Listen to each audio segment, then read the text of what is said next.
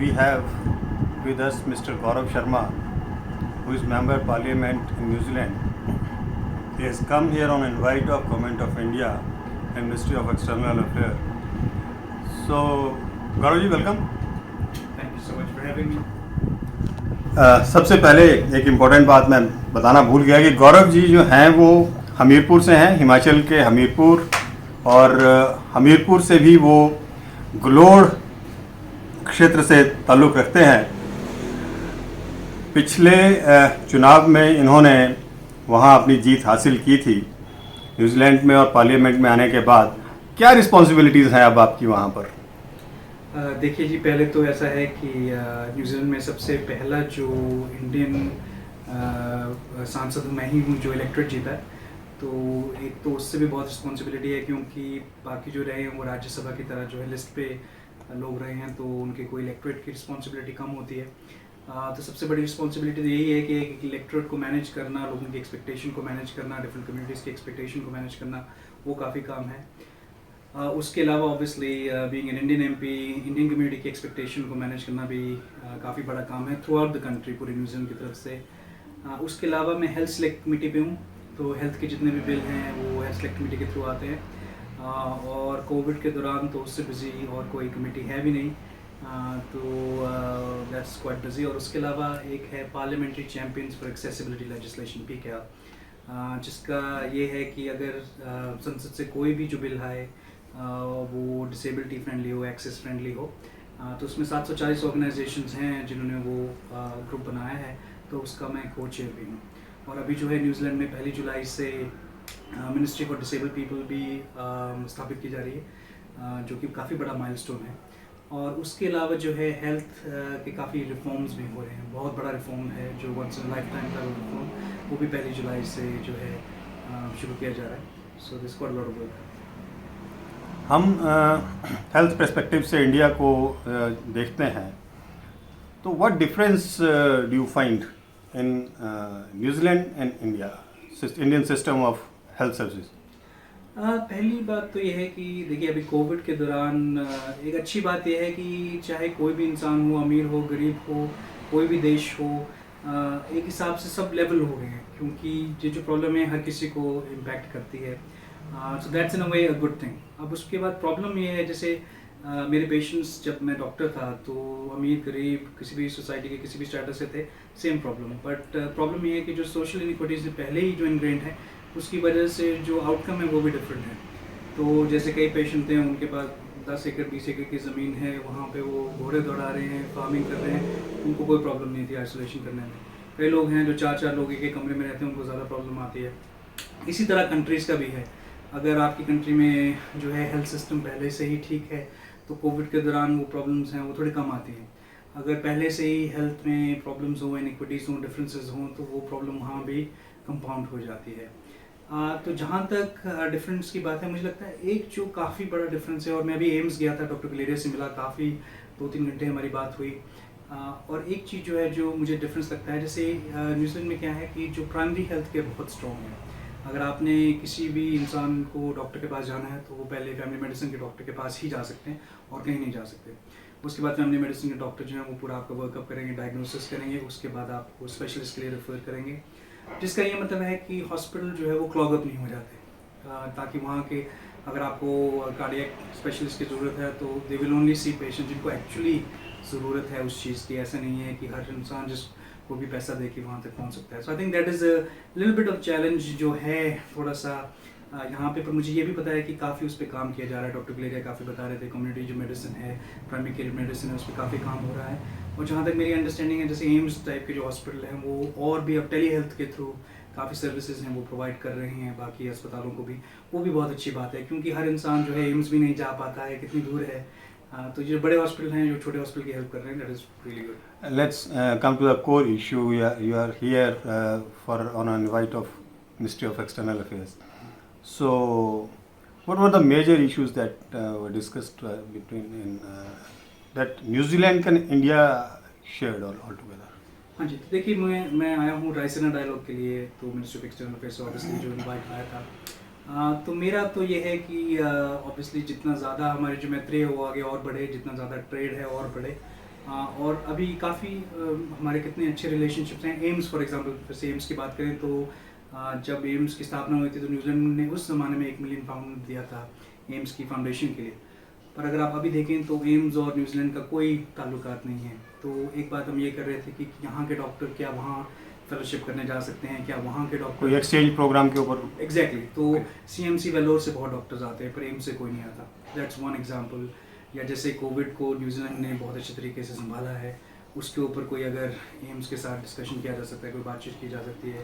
There is not any formal group at the moment. How do you see Ukraine problem as an New Zealand parliamentarian? देखिए Ukraine के लिए जहाँ तक New Zealand का सवाल है, न्यूजीलैंड ने बहुत ज़्यादा जो है सपोर्ट दी है, फाइनेंशियली भी, मॉरली भी। यूनाइटेड नेशंस में भी अभी सैंक्शंस के लिए न्यूजीलैंड ने काफ़ी पुश किया है। बल्कि न्यूजीलैंड में जो है रशिया के लिए जो सैंक्शन है उसके लिए एक स्पेशल लॉ लाया गया है। तो काफ़ी सपोर्ट है यूक्रेन के लिए न्यूजीलैंड में। ऑब्वियसली क्योंकि जो ह्यूमैनिटेरियन सिचुएशन है वहाँ पे काफ़ी ख़राब होती जा रही है। कीवी गवर्नमेंट इंडियन स्टांस को किस तरह से देखती है? देखिए at the end of the day जो इंडिया का स्टांस है वो इंडिया का स्टांस है, and that's based on India का क्या रिलेशनशिप है, रूस के साथ क्या रहा है, यूक्रेन के साथ क्या रहा है।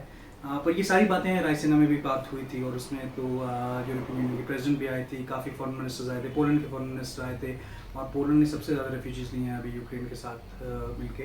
तो जहाँ तक मेरी अंडरस्टैंडिंग है 3-4 कंट्रीज़ के जो हैं फॉरेन मिनिस्टर्स और यूरोपियन यूनियन के प्रेसिडेंट हैं वो मोदी जी से भी मिले हैं। वही डिस्कशन हुआ है कि कैसे इंडिया जो है वो बैलेंस कर सकता है अपना स्टांस यूक्रेन के बारे में। One core issue that India is facing time and again and is cropping up.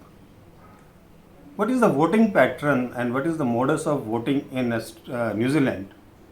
And you see here in India what we do, we are using EVM that is again questionable time and again. So do you use EVMs in New Zealand? नहीं, India देखिए New Zealand तो छोटा देश है, वहाँ पे जो है वोटिंग सिस्टम भी डिफरेंट है। वहाँ 2 डिफरेंट वोटिंग सिस्टम है, आप पार्टी को वोट करते हैं, आप कैंडिडेट को वोट करते हैं। इंडिया ऑब्वियसली मशीनरी बिग है, स्टेट्स बहुत बड़ी बड़ी हैं, नेशनल लेवल पे इलेक्शन करना कितने महीने लग जाते हैं, हफ्ते लग जाते हैं वोट करते हुए।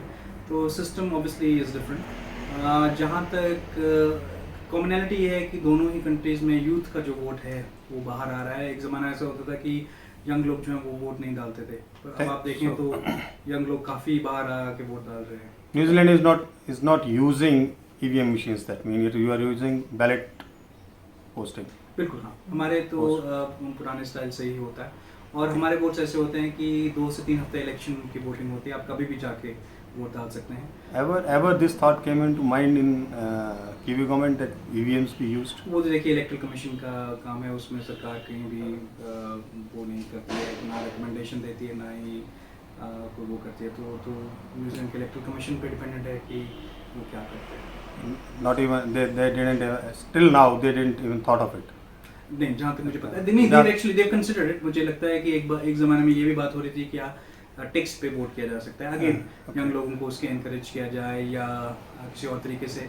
बट काफ़ी लोग जो हैं obviously they don't have those mechanisms. पर ये ज़रूर है कि ऑब्वियसली वोट को बढ़ाने के लिए और भी टेक्नोलॉजीज और तरीके अपनाए गए। फॉर एग्जांपल सुपरमार्केट में आप वोट डाल सकते हैं, क्लिनिक्स में वोट डाल सकते हैं, मेडिकल सेंटर्स में, काफ़ी ऐसी जगहें हैं जहाँ पे ज़्यादा लोग जो एकत्रित होते हैं वहाँ पे वोट पड़े।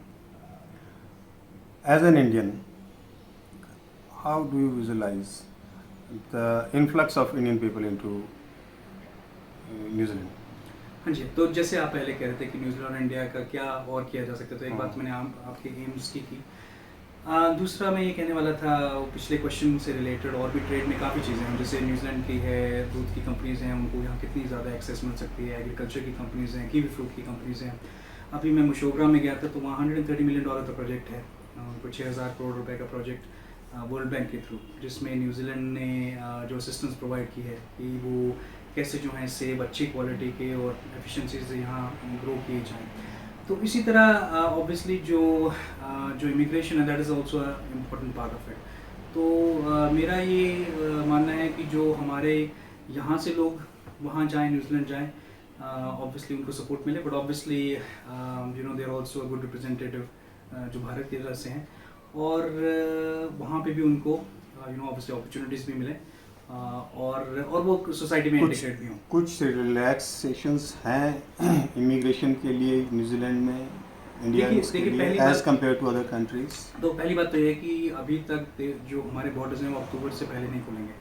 तो अभी जो है फरवरी में न्यूजीलैंड सिटीजन्स और पीआर होल्डर्स के लिए खुले हैं, अप्रैल में ऑस्ट्रेलियन सिटीजन्स और पीआर होल्डर्स के लिए खुले हैं, तो बाकी लोगों के लिए तो अभी तक अक्टूबर तक बंद है। तो पहली बात तो वो है, एंड दैट्स इंपॉर्टेंट, क्योंकि अगर आप हमारा कोविड रिस्पॉन्स देखें, बहुत मिनिमल जो है डेथ रही हैं और पूरा देश खुला था, कोई कोविड के केसेस भी नहीं हो रहे थे।